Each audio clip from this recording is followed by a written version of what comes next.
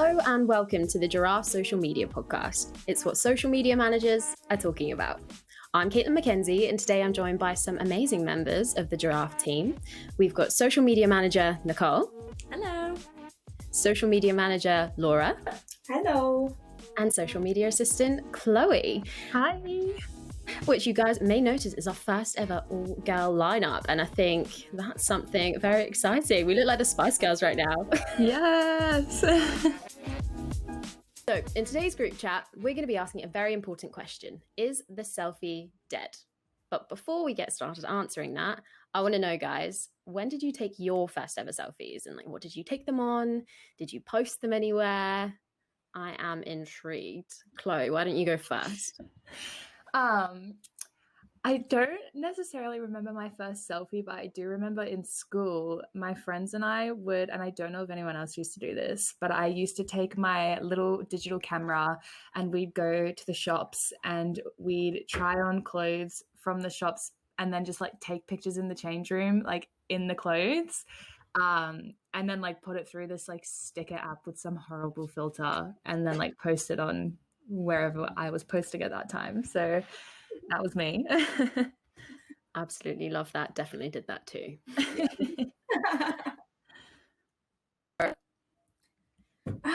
So I think I remember saving up. I think it was £100 at the time for an LG chocolate camera phone.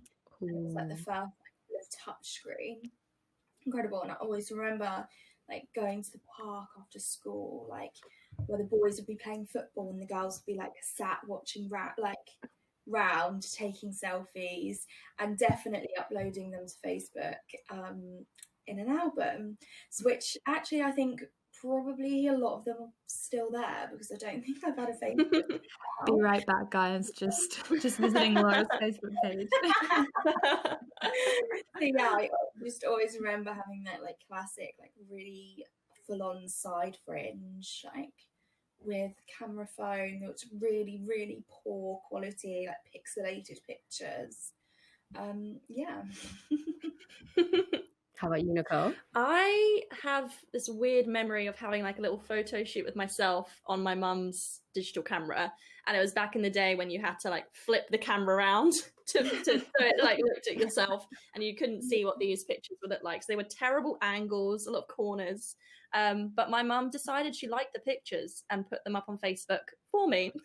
So I'm not sure how everyone would take that, but my mum just exposed me basically for being when I was 11. I think I was probably the same as all of you guys. It sounds like we all had a very similar introduction to portrait photography. I had a digital camera, which I was this is great. I'm gonna become famous. Look at all my pictures with my pals. I remember going to the shops, trying stuff on and taking pictures, which I think the thing that's changed so much is I remember just posting every photo. It wouldn't be here are the best 3. It'd be here's 172 of our day in town. Yeah. That's so true. Yeah. And but I think it must have been the same, literally 10 or 11. Hilariously, I don't know if this is relevant, but I remember using a digital camera, but way back in the day, and having a little self diary. So I'd be we'd be on a family day out, and then I'd take a little video or a picture of myself and convey how I really felt. Oh. So I was I remember one time taking a little video, and be I'm really annoyed because my cousin said this, and then deleting that. So it was you were the original vlogger. Yeah. If only I wasn't deleting all that really useful content. I always remember another way I take pictures was using webcam on my laptop, which again is really cool. But obviously it had I think at the time cameras and phones didn't have the timer, but whereas webcam had a timer, so you could set it up and sort of get in position. And then that kind of thing, readjust, and then it would be change the pose just very slightly, time again. I don't know if anyone else spent their weekends at the Apple store with their friends, sort of taking pictures on the photo booth. That was the best part of the day, and then everyone would set the backgrounds and change it and stuff. That probably really introduced me to selfies and filters and all of that. That's such a throwback. You've just reminded me that I remember whoever had an iPhone, like those early iPhones, or maybe like a MacBook or whatever. It was so exciting to like go to their house because they had photo booth, and that would be your activity in the afternoon, like taking all the weird like filter pictures and stuff. Oh, how times have changed. So obviously that was probably quite a little while ago. I mean, a good decade ago for us, right? If not maybe more. Let's not dwell on that too much. But yeah, selfies are now like super entrenched in our culture. We all know what it means. Like every generation uses that word, whether that's a good thing or not. No, I'm joking. But selfie was actually introduced as a word of the year by Oxford Dictionaries in 2013. So that's when it actually first like entered popular culture. And it's interesting that was so long ago. I don't know, it feels like it's all happened so quickly. But to bring it up to 2020, earlier this year, a global photography community and marketplace, IM, released a 2020 digital visual trends report, which decrees that the selfie is now dead, RIP. So they wrote, from the early 2000s, the selfie was an art form that celebrated all things immediate, raw, and intimate. And now to its slow demise as a one-trick celebrity pony, which has brought us the selfie stick, the Ussie, which is apparently a term for a group shot, which I've never personally used, and of course the inevitable selfie pose, which was this, I think, maybe with a pout. So selfies really rose with the Kardashians, I think, and I reckon the peak was that Ellen DeGeneres Oscars photo. Do you guys remember that, where like everyone was in it? But it's so funny that was like a novelty. They were like, oh, we're going to take a selfie. Like, okay, cool. I think that's such a weird window in time they were new and novelty, but now maybe no one takes them anymore. I think there's now a new era of like self-portraits and kind of like copycat influencer culture. And of course, like Instagram boyfriends or dads or whoever it is that's around when you think you look good in that moment. So do you guys still take selfies? I'm really curious.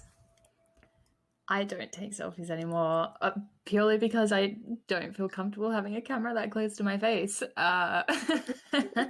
And also, I think because I wouldn't be able to take a selfie without slightly face tuning it. So I just try and stay away from it now. Would you say that's like an absence, that you don't like the close-up, or you don't like kind of that self? Yeah, I don't know. Hey, like I think it's probably, I don't like it being that close up, especially when you can get someone to like just take one for you, and it almost feels more candid to have someone take it for you, a bit less self-involved if it's not like you taking a selfie, it's someone who maybe just thought you looked nice and took it for you and sent it to you. Yeah. I love that, but I feel like it's also like a lie we all tell ourselves, right? Like I'm sure we've all gotten someone to take a photo of us, and then we've stood there and like, ha ha ha, look the other way, like laugh. Yeah.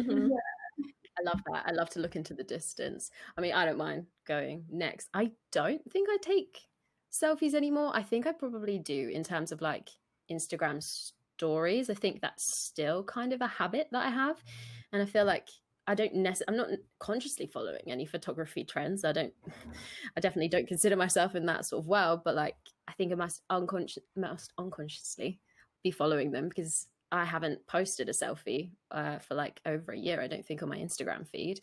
But maybe like if I have a little travel Instagram, so like sometimes I'll like take a little picture in a kayak, but of myself, because there's no one there to take one of me. You know what I mean? But ultimately, if I was going to post something on the feed, that would be something that someone else had taken, I think, realistically. Yeah. See, how about you? The opposite in a way. Like with a selfie, I feel like I have control of what that looks like, whereas when someone else takes a picture of me, I like then lose that control and often like hate it, so it doesn't go anywhere or it's deleted. So I think that's why like I would still more take selfies unless I was in a group surrounding. I don't think there's not been many occasions where I've asked someone to take a picture of me, like as me. I don't know. I've never been like comfortable with doing that. I don't really know why. It's like a personal thing, I guess. Like I just have never really felt comfortable enough yet to say to someone, "Can you take a picture of me?" So I think that's like totally There's normal. like It's hella awkward. Yeah, it's a weird like shame around being like, I think I look nice. Can you please take a photo of me? Like there's some sort of like embarrassment that people feel, which is so, I mean, maybe a few years ago, but in 2020, like who's not? Yeah. Yeah, era of the self-love. Yeah, you should get people to take pictures of you, Laura, because you look great. How about you, Nicole? Are you still selfieing? I think I am, you know. My most recent Instagram post was a selfie, but I think I try not to make it obvious. Like I think my selfies now are a little bit more casual, like, oh, just a little cheeky picture. I try and make it look like I haven't spent 2 hours trying to find the right picture and post. I definitely try and play it cool, but I do still use them. Definitely not as often. I remember, I think early Instagram, it would mostly be selfies, and I think people would post selfies like multiple times a week. Like it was a big thing, whereas now it's sort of like a rare occasion. But I still include them, but it's usually when something's happened, like I don't know, like a celebration, and I've taken a selfie to celebrate whatever, rather than just I'll take a picture now and post it. Yeah. Sure. I think the frequency was an interesting thing that you touched on there, because I feel like we've all maybe become a lot more, for want of a better word, like filtered in terms of like what we share as opposed to, we'll get on to actual filters. But yeah, I think the frequency thing, we talked about a little bit before we started recording, but I've remembered the days of like going to a party or like a night out or something and taking a selfie with like everybody at this party. I don't know why. Looking back, I'm like, that's weird. But everyone did it. And like posting this giant album of pictures and selfies of myself and others like the next day, like that had to happen the next day, which I cannot dream of doing that now. I can't dream of like uploading more than 3 photos at a time, let alone Did you guys used to do that too? Can you please make me feel better if you did? I always remember sort of like going, when you're at like parties or events, like going around and being like, should we get a picture? Take a quick picture. Next person, should we get a picture? So then, yeah, you just end up with hundreds of pictures of just like either you and me and one other person, or like the group pictures. Yeah, and uploading them all at once so that everyone can see what you were doing every minute of that event. Yeah, things have definitely changed. I am that sort of digital agency photography community that I mentioned earlier.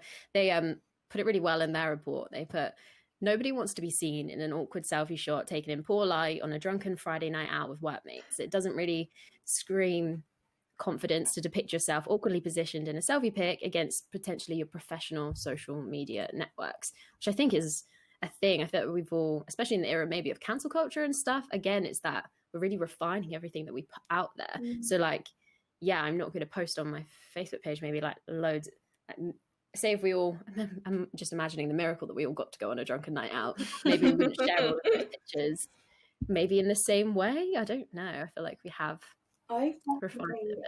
I've definitely like decreased the amount I post on social like over the years, like through with every platform really, like, and I think that's part of that is like you say, you're continuously sort of refining, trying to like keep up with like trends, keep up with where the times are going, but also like being like very conscious of what's on socials, trying to I don't know, I feel definitely now more conscious when I'm posting, which sort of prevents me from posting as much. I kind of think that it's changed from like when we were posting all of those hundreds of photos, it's because we just wanted them there as a memory. And I feel like it's sort of changed. Like my Instagram isn't for me anymore. It's just to have like the presence, where if you scroll back down, I was posting like DVDs I bought and that I was watching and what I did yesterday. And like, I just wanted to just tell people what I was up to. Whereas now it's like just a little snapshot of my life, and I'm very like controlled on what I post. So it's not really for me to look back on anymore. That's really sad. I know. Oh my god. Sorry, I just had a moment, but yeah. No, absolutely the same. I feel like the aesthetic requirement has like really hindered me. I mean, I'm not you know, famous or anything. Like, it doesn't, no one really cares about my feed, but I maybe wouldn't post that like picture with me and my family that maybe I definitely posted when I first got it. I remember I did fairly recently ago, the last couple of years, I went back through my 700 Instagram photos and just like thinned the herd, because I've been posting like every week or well, every couple of days for years, like almost probably 10 years. So there was a lot, and there was like lots of cute content, but I was like, this isn't relevant. Like, this doesn't need to be out there anymore. So I would like take it down. But there was loads of nice, like maybe family stuff, or like you say, like cute. I took a picture of a book I was reading, but not in a pretty way. Like, it was a blurry image. So I was like, oh, that can't be there anymore. And I never obviously used to have that. I'm really curious what your thought on this is, Chloe, because obviously listeners to the podcast and everybody else will know that Chloe is more than just our social media assistant. She's also Weekend News, fashion blogger and influencer on Insta. So yeah, I'm curious what your take is on this. Have you like sort of become like more selective in what you post in terms of frequency? I'm just curious. Yeah, kind of. I don't really use socials in a personal way anymore. Like, obviously I have Facebook and I have LinkedIn, but I don't think I've posted on Facebook since like the beginning of the year, and probably even longer on LinkedIn. And then obviously Instagram is kind of a different boat for me, because it is a bit more like I have to post more regularly and of myself, just because that's what I use the platform for, like blogging. But I think in the same way, I'm very conscious about like, if I'm with family or at an event, maybe I don't post about it on my social media, because I'm like, oh, well, that's not, my followers don't follow me because like they know me or they care about my mum and dad. Sorry, mum and dad. So yeah, I feel like the good thing about Instagram is that you do have stories, so that you can sort of occasionally post that more personal content. But I do find that I am really like, my boyfriend I've been with for 7 years, and I think I got approached by a dating app the other day to collab, and I was like, wow, I really need to post more pictures of my boyfriend. It's not obvious that I have one. So yeah, sometimes I catch myself going like, oh, I guess it is really me and nothing else. So I don't know. But like you say, I mean, it's like a business for you, right? Exactly. Like, it's a side hustle. Yeah. There's a focus there, and I think which is what I tell my boyfriend when he yeah. I need to get the collabs with dating apps, okay? So you're just gonna have to not be. I'll in forward this. you on. I love that so much. So I do think it kind of feels like the era of like Snapchat selfies and filters is kind of over in a sense. It's definitely become a lot more subtle. I mean, obviously, I'm sure we can all remember the good old days when we took a Snapchat filter and a dog's tongue came out of our mouth, and it was like, wow, I'm gonna do this on everything. And that was like so fun and innovative at the time. But I guess filters have really changed now, and they're more about perfecting as opposed to like changing for the sake of fun. I mean, there's still fun filters out there, of course, that people do use, but it has changed a lot. And I know there's been a big move towards authenticity, and there have been a few anti-filter campaigns in favor of like mental health that have cropped up. So I think that's my next question to you guys. Do you use filters? And this is a safe space. I'm going to start actually, I think, because to make sure you're in a safe space. I do use filters, not like all the time, but I wear makeup, you know? So if I if I want to look nice in a photo, I'll wear makeup when I go out and maybe take that photo. So then I just feel like that there's a filter out there which makes me look like I have a bit of a tan and maybe takes out a little bit of my acne. And I'm like, well, yeah, why wouldn't I take a selfie with it? I mean, the more research I've done into this, the more I'm like, maybe I need to revisit my approach to this. But I occasionally, not all the time, sometimes I'm feeling I have a good face day, but then, and again, like if I want to do a little Instagram story where I talk a bit, I'm like, oh, let's just throw a filter on there. I can't be bothered to go and put makeup on. So I can just put a filter on, and then I don't need to take that off again afterwards. It's just, I just see it the same as makeup to me, really. But yeah, I'm curious about what you guys think. I still would use a filter. Just again, like you said, like filters that like clear your skin or like make you look a bit more tan, things like that. But I have like really sort of mixed bag feelings about them, because actually, like when I think about it and I use a filter and I look like, for example, a bit deep, but like I take the picture, I look and I'm like, yeah, that looks good. But then I actually look at myself, I'm like, that the person in that photo is not, that's not really me. That's not my face. That is like, this is actually how I look, and that's not really, which is why I sort of see, I've noticed a lot recently, a lot of like influencers or people who are big on Instagram, like making a stance and saying like, try not to use filters, because it's not, there's like the two sides to it, where you've got people following thinking that that's what you look like, so it can damage perhaps their mental health, but also like personal mental health as well, like how it makes you feel, sort of being someone different almost on social to who you actually are. Ooh, deep. Yeah, what do you guys think? Yeah, I like completely agree with the both of you. Like, excuse me. When I'm on like Instagram stories, it's so easy to just like pop a filter on, because that's so much quicker and easier than going and applying a full face of makeup, right? So I definitely agree in that sense. It's really good. But I know that there was a time where I was like really like face tuning like all of my photos, like whether it was making my chin look a bit smaller or like even like my waist, and it was just getting like so ridiculous to the point where I was like, I feel like if someone did see me in real life, they'd be like, this girl is a catfish. So I don't really do that anymore. And yeah, I kind of stray away for like filters on like my feed pictures, but I'm all for like story filters, because that's just common sense. Like if you're going to be like listening to me talking to the camera for like 3 slides, then at least I'm going to pop on like a nice sort of smoothing filter.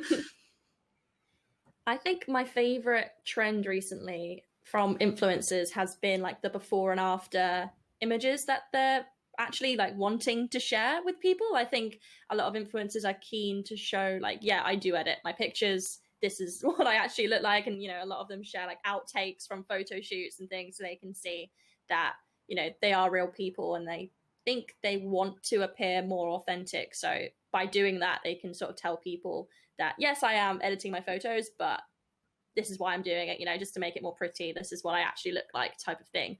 I definitely use filters and apps and everything, but I actually kind of enjoy it. I think there is a bit of a pleasure to it. Like I take a bunch of pictures and I can't wait to get going and like try out different filters, different edits, like see what I look like. I think there is a little bit of fun to it.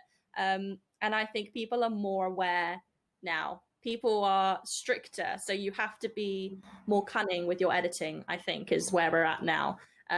Like you said, like no one's posting the Snapchat filters anymore because it's just so like you're using a filter. So now it's like subtle editing, which maybe is making it worse because it's harder to see.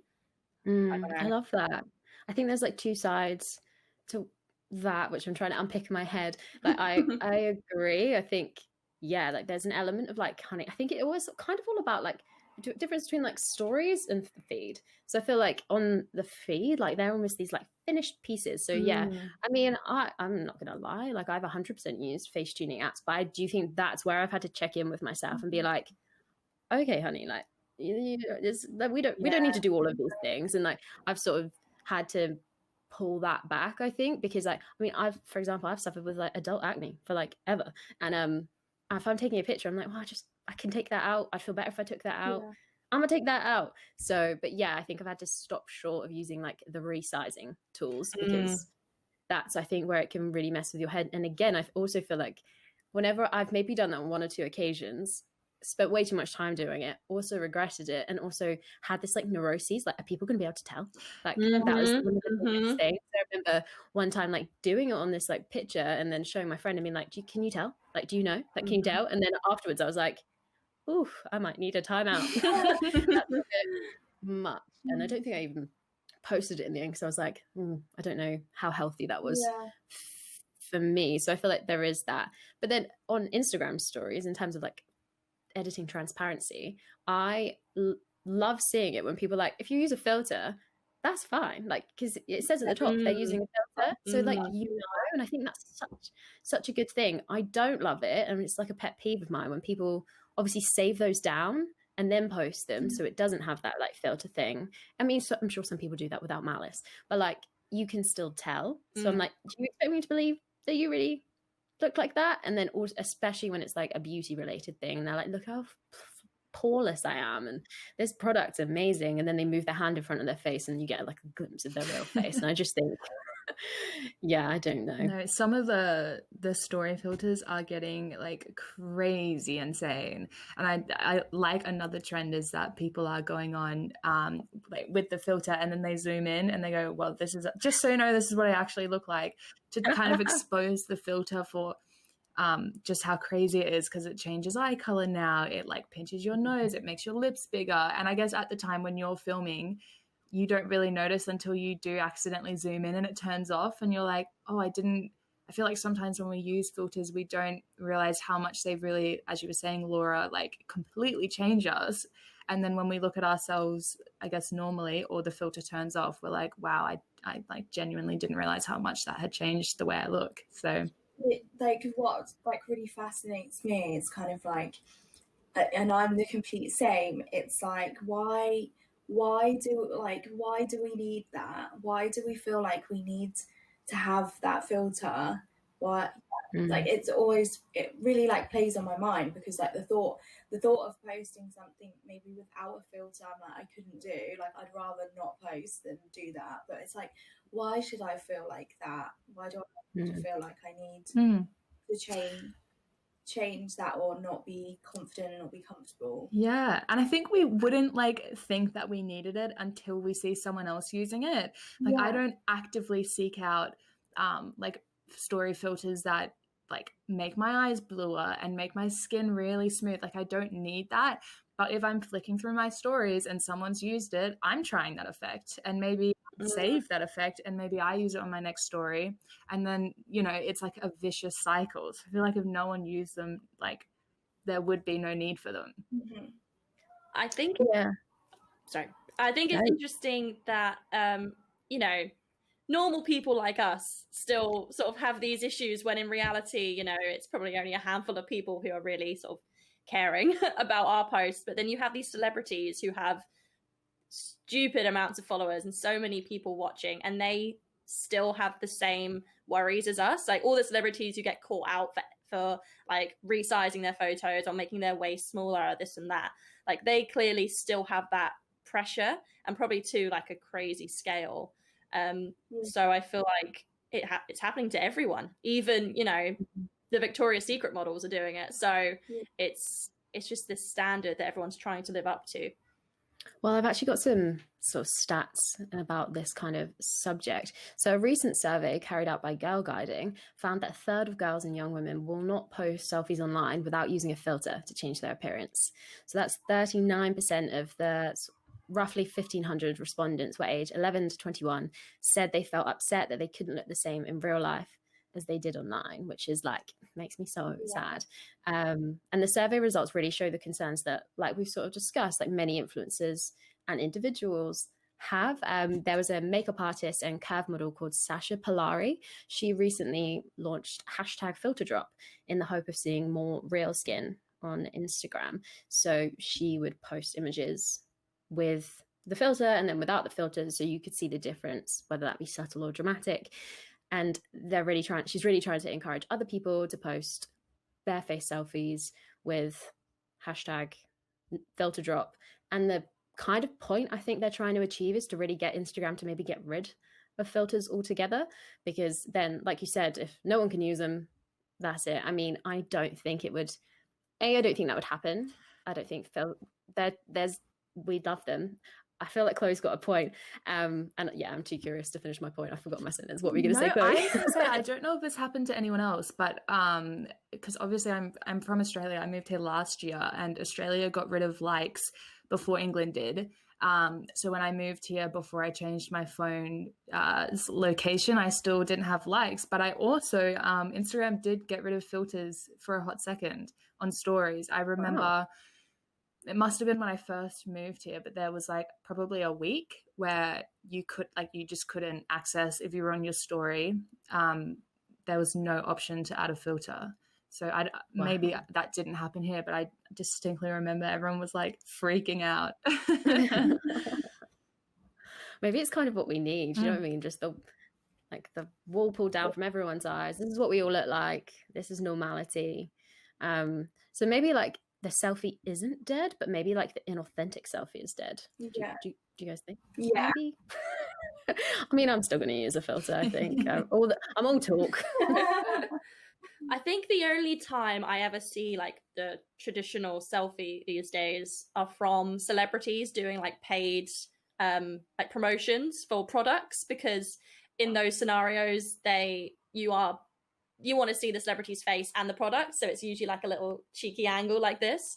That's the only time I really ever see it, and it's probably because celebrities like that are a little bit out of touch and they just need to take it quickly just for the paycheck, you know. But that's the only time I ever see it, like when Kylie Jenner's like holding a little picture with the sugar bean thingy. I don't know. That's it. Yeah. That's the only time I see those types of pictures now.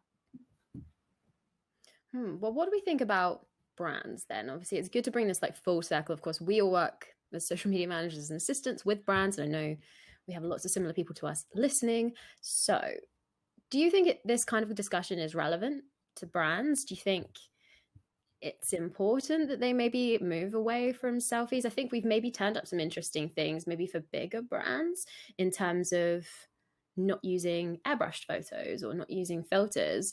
What do you guys think? Do you think it's out of date to be doing that? Yeah, I think definitely I've sort of noticed in terms of like anything sponsored by influencers or celebrities, I feel like the photos or the images are trying to become more candid in their approach, which I suspect is to do with the brand, because the brand doesn't, even though you have to declare that it's been sponsored, the brand sort of wants it to look a bit more authentic, like in terms of product use, which I think is where like the stories come into play, because that can be more sort of like authentic video content, I guess. So I definitely think it's important for brands to consider the sort of lower use of the selfie. Yeah, I know for sure that, like, I guess maybe for like Sugar Bear Hair, you're saying, Nicole, or like a beauty brand, it makes sense to maybe post a selfie because that's like, it's to do with your face, right? So, but I know definitely, like, I've had a lot of briefs saying like, okay, we don't want this to be like a blatant ad. We want this to be like, maybe it's in your handbag and you're doing a casual, oh, what's in my handbag? But our product's in there, and that kind of thing. But I also think it has to do with like a lot of influencers, as we've just been talking about, are moving away from the selfie. So they are trying to, even if the brand hasn't asked them to, they are trying to make it look more candid just for their own sake, like for aesthetic reasons, which is something I think brands definitely need to take into consideration, that if that's what the audience is doing, if they're moving away from it and you still want to capture that audience's attention, then perhaps like you should follow that trend as well. Great. Well, I definitely agree, but I feel like there must be a threshold somewhere where I think I can think of a million big name brands that I would agree follow all the same sort of things we discussed, but maybe for like the average workaday kind of brand, not to be that I'm not going to use a name because I feel like that was not a complimentary way to be categorized, but you know, like your IT consultancy, your shoe company, like I don't know, like just a random sort of mid-level brand, don't have a million Instagram followers, aren't super keyed in with visual trends and don't necessarily need to be. If they want to share more personal content, I don't know if like I don't think it matters. Do you guys think it matters? I feel like if they were to show maybe a selfie of them and their team, or like a behind the scenes thing, maybe it's about how you use it. Chloe, do you have an opinion on that? Yeah, I guess we were kind of looking at it in terms of like influencers and brands promoting their stuff. Yeah. But you're right, in the everyday sense, I think a selfie works completely fine. Like, I think it's the easiest way to make your brand more personal and to sort of put a face behind the name. So yeah, definitely, like in that sense, I think it works really well. But at the same time, like, maybe get a bit more creative than just a selfie, because but yeah, no, I think you're completely right. Brilliant. Well, I think we can move on to an exciting new segment that we have. Maybe it would be quite a nice thing to add in and sort of mix up the feeds that we're getting, because potentially some of the content that we're viewing all the time on our feeds, maybe we need a bit of a disruptor. So, introducing feeds to follow. Maybe insert soundtrack. Yeah, so this week we're just going to all share a feed that we like following, just for the benefit. They can be for any reason whatsoever. I'm happy to go first. This is a Twitter account that I want to recommend to everyone. It's called @BoopMyNose, and it's great. Basically, it's a Twitter page, and they share regular pictures of doggos, but they only share them from like the nose down. Yeah. So the concept is you have to tap on their nose, and then that reveals the whole face, and it's just a happy little dog, and you're just like, oh, I'm so glad I booped. So it's just so lovely. And I think it's such a nice sort of circuit breaker sometimes in my Twitter timeline, especially at the minute. Things are very political and very heavy, and yeah, that can be a bit like intense sometimes. So I see all this intense stuff, and I scroll down, and I'm like, I'm gonna boop that nose, and then you click on it, the little dog face. It's lovely. So yeah, that's @BoopMyNose. It's important to say that that's the official account. I think they have quite a lot of like rip-off accounts that are trying to like steal the hype, and they also steal their content and stuff. So yeah, follow one more time @BoopMyNose, because that's the official account, and I think it's like a registered brand and stuff. Yeah. Nicole, how about you? What's your feed that you want us to follow? Mine is, well, I don't know whether I'm cheating because it is a business page and a company, but it's called the Positivity Package, and they basically make these little deliveries that you can order on a monthly basis, and it's just full of positivity. I actually signed up to it this month, so I got my first one, and it's really cute. But their feed is just full of like positive vibes. Obviously they're, you know, promoting their product, but it's also just like a great happy feed to see, and they have, you know, interesting quotes and sort of like little tips on how to just, you know, have a little bit more of a positive mindset. So that's my recommendation. I love that. Can I just ask what was in the package? It sounds lovely. This month I got like a little notebook, I got a cookie, some socks. It's actually just such cute stuff like that, and yeah, I definitely recommend it. Awesome. How about you, Chloe? What's your feed to follow? I've made a last minute switch from what I was going to suggest, but while we're on the topic of like filters and celebrities, there's an Instagram account called Celeb Face. And at first I had mixed feelings when I followed it, but basically they post like the celebrities' photo that they posted on social media, but then they go and find the original unedited image and post it next to it. And kind of at first I was a bit like, oh, well, you know, like everyone's human, everyone like edits their photos, right? As we've been talking about. So there's no need to post it. But I think the reason behind the account is to kind of help like regular folk like us who are looking at Kim Kardashian's photos going like, oh my God, how is a 40-year-old looking this lit? And then, you know, this account goes, well, you know, like she doesn't like this, she does edit her photos. So it's kind of like a nice little moment of clarity where you can really check yourself and go, okay, like everyone edits their photos, that's the fact, but obviously it's having an effect on our mental health. So here's what they actually look like as a reminder. And yeah, it sounds like a really malicious account, but it is like a really nice kind of reminder that everyone's human, everyone does this. And yeah, that's my recommendation. It's actually 1.5 million followers. So Wow. yeah, it's really good. I'm actually one of those 1.5 million followers. Yeah, I follow it for the same reason every now and then. It's just nice to have a reminder that even celebrities have pores. Yes. Like that's important information. Yeah. How about you, Laura? What's your recommendation? So I'm not a bit random actually, but my recommendation is to follow Stacey Solomon on Instagram, because I actually, admittedly, I don't follow her, but the reason I don't actually follow her, but I would recommend everyone else follows her, is because I like to every evening go onto her Instagram to watch her stories. Like I don't like to like throughout the day in bits. I like to watch it all at once. So her content, she is like stands for sort of like body positivity. Like she's a real advocate for like wellness and like looking after yourself, but also like her content is like, she's got loads of craft stuff on there.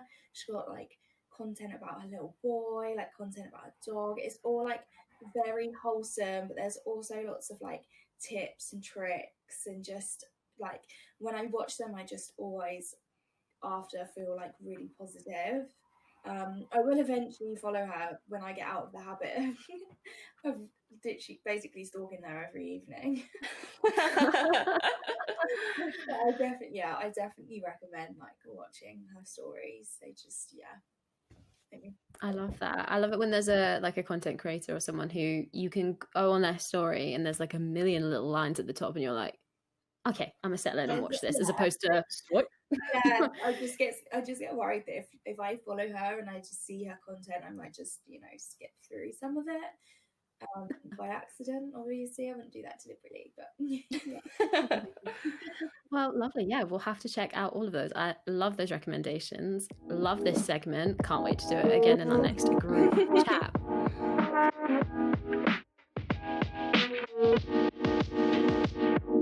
Well, that is all we've got time for today. Thank you so much for listening. Please don't forget to subscribe so you don't miss our next episode, which will be our October newsfeed review, where we discuss all the major things that happened in October. That will be out next Wednesday. I'm actually a little bit shook to my core that we're looking back at October already, but I'll move on. You can connect with us, of course, on all major social channels and let us know whether you think the selfie is dead. Please comment on our podcast post and let us know, and we can have a little chat about that there. We've been Giraffe Social Media. You've been amazing. We will see you next time.